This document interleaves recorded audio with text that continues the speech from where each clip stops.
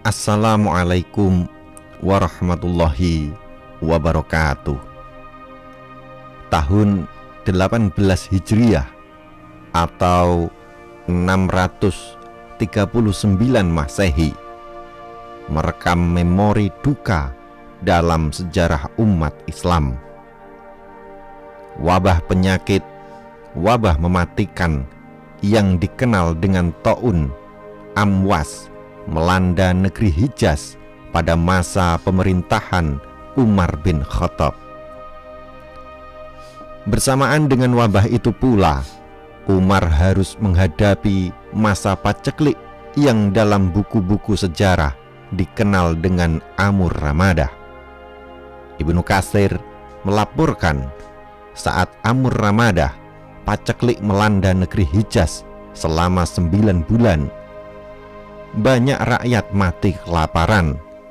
Dinamakan Amur Ramadah, secara bahasa berarti tahun kerikil, karena hujan tidak turun dalam waktu yang cukup lama hingga tanah menghitam seperti warna kerikil.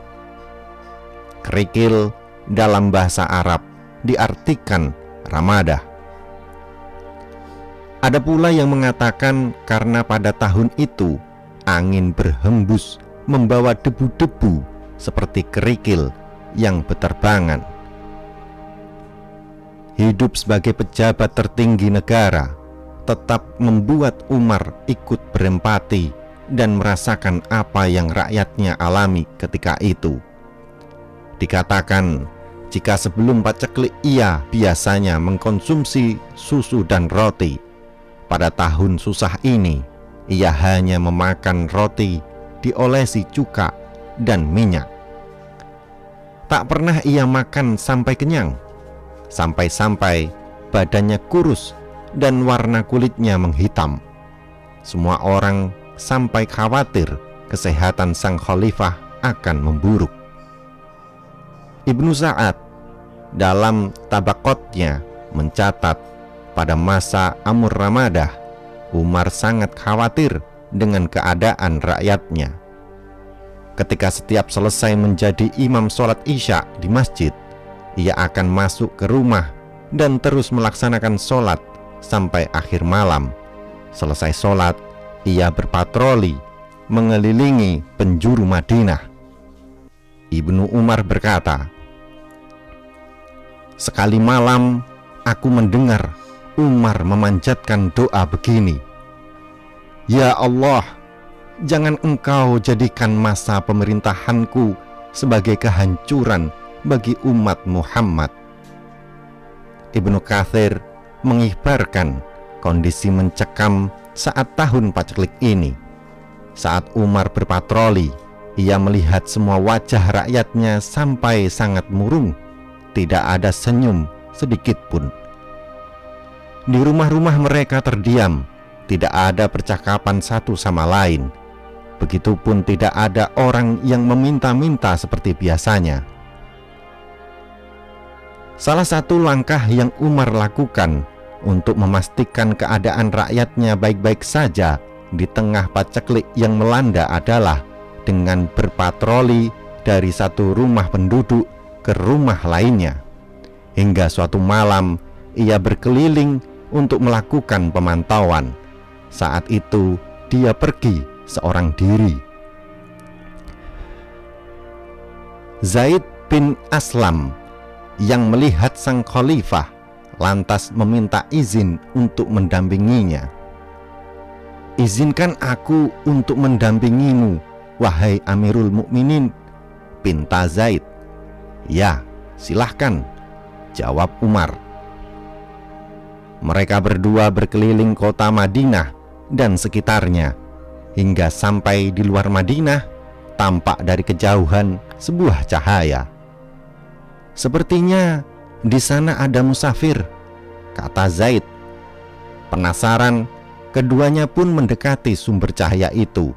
Ternyata itu adalah nyala api milik wanita janda tua dengan 3 anak kecil yang semuanya sedang menangis. Wanita itu sedang memasak sesuatu di panci sambil menyumpahi Umar dalam doanya. "Wahai Tuhanku, berilah balasan terhadap Umar. Ia telah berbuat zalim. Enak saja kami rakyatnya kelaparan sementara dia hidup serba berkecukupan," kata si wanita. Mendengar ucapan wanita itu, Umar pun menghampirinya dan mengucapkan salam. "Bolehkah kami masuk?" kata Umar dengan lembut. "Silahkan," jawab si wanita. Dia tidak tahu bahwa lelaki yang menghampirinya adalah sang khalifah. Umar menanyakan tentang kondisinya dan keadaan anak-anaknya. "Kami datang dari jauh. Aku dan anak-anakku kelaparan. Aku tidak punya apa-apa dan tidak bisa berbuat apa-apa," terang wanita itu dengan nada sendu. "Lalu, apa yang kau masak di panci ini?" "Itu hanyalah air mendidih agar anak-anak mengira aku sedang memasak makanan. Dengan begitu mereka akan terhibur." Mendengar semua itu, Umar sangat malu, sedih, dan tentu merasa sangat berdosa. Ia pun berpamit untuk pergi dan menuju ke sebuah toko untuk membeli banyak sembako. Riwayat lain menyebut ia menuju Baitul Mal. Ia meminggulnya menuju ke kediaman wanita tadi. "Wahai Amirul Mukminin, turunkan bawaanmu, biar aku saja yang memikulnya," pinta Zaid. "Jangan, biar aku saja yang membawanya. Anggap saja aku sedang memikul dosa-dosaku. Juga semoga menjadi penghalang dikabulkannya doa wanita itu tadi," tegas Umar sambil memikul sekarung sembako yang begitu berat. Menuju rumah wanita janda itu, ia terus menangis karena sangat merasa berdosa. Sesampainya di rumah wanita, Umar memberikan semua sembako itu. "Semoga Allah memberimu balasan terbaik," kata si wanita.